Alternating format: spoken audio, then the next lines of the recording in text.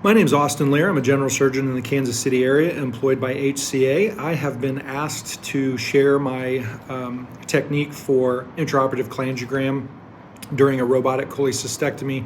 I was first given the idea through my intuitive rep, Tom Costello, who had worked with Dr. Jeremy Howes in Wichita. So the idea is not my own, and I'd like to thank Dr. Howes. However, I have gotten this down to several very specific steps to make it very reproducible for your staff. So I'd like to share those with you. Several shots are taken from the foot or from the head, and those are labeled for your orientation. Depending on the configuration of your room, you may need to turn the head of the patient 90 degrees to face the door that the C-arm is going to come in. We quite frequently do that. Showing the distance from the xiphoid. It's preferred to be 16 to 20 centimeters. I will then place 4 ports across the abdomen, and I separate those about 4 to 6 centimeters or a hand width. The main idea is to get space in between the middle 2 ports for the C-arm to come over the head. I will then place a cholangiogram catheter in the right upper quadrant, usually below the costal margin in the midclavicular line, but it really can go anywhere. I'll feed the catheter in and just have it sitting and ready. I use the Cook catheter, which is a white catheter with a flush port as well as a balloon. You could use a taut catheter or whatever other kind of catheter you prefer. The next step is to position the patient. You want to do that before you dock. So the first step is to have the head of the patient all the way up at the head of the bed. This will help your C-arm be able to reach to the abdomen. Next, you want to put them in 7 degrees of reverse Trendelenburg or head up. And I don't do any tilt to the right or the left like we do with regular laparoscopy. The third thing is to have the appropriate bed height. So 70 centimeters or 38 inches is the appropriate height. That will allow your C-arm to come over without hitting the base of the table or the lights or the boom. So 70 centimeters or 38 inches and 7 degrees head up. If you do more than 7 degrees head up, sometimes the cholangiogram contrast will not go up into the hepatic radicals. And sometimes if you have less than that, the transverse colon or omentum will be in your way. So 7 degrees, 70 centimeters. Then prior to docking, you want to use the port clutch and move the upper arms out as wide as they will go. I typically will inform my staff to line up the little black line on the F for arms 1 and 2 and on the X for arms 3 and 4.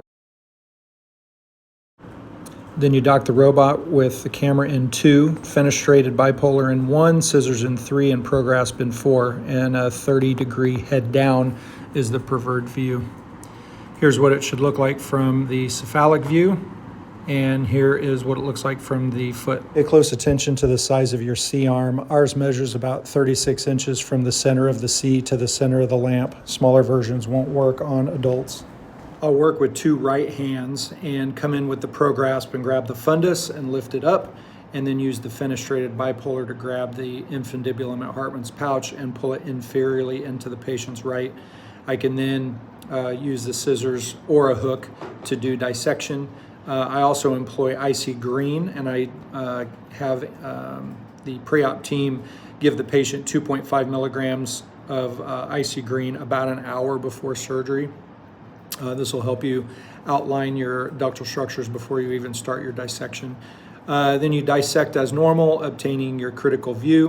Once I dissect up the hepatic plate a few centimeters, I'll make my ductotomy, and then I'll place the scissors in that space and hold up the gallbladder and liver.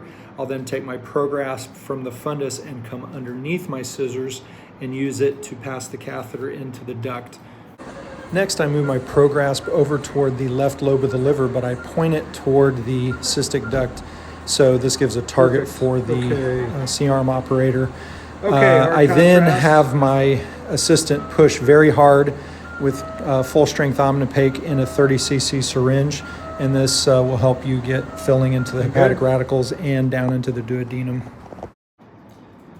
Once you're satisfied with the completion of your cholangiogram, you can ask radiology to move the C-arm out of the way, and then you bring the upper arms of 2 and 3 back toward the middle, and then 1 and 4, so that you've got equal working room.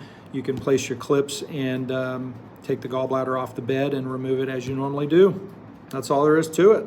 I found the over-the-head technique extremely useful, particularly for stones in the duct that you want to try a transcystic removal, as well as the rare occasion that you would need to do a robotic common duct exploration. You can just leave the C-arm in there and take shots whenever you need, rather than continually undocking arms if you have to come in from the side.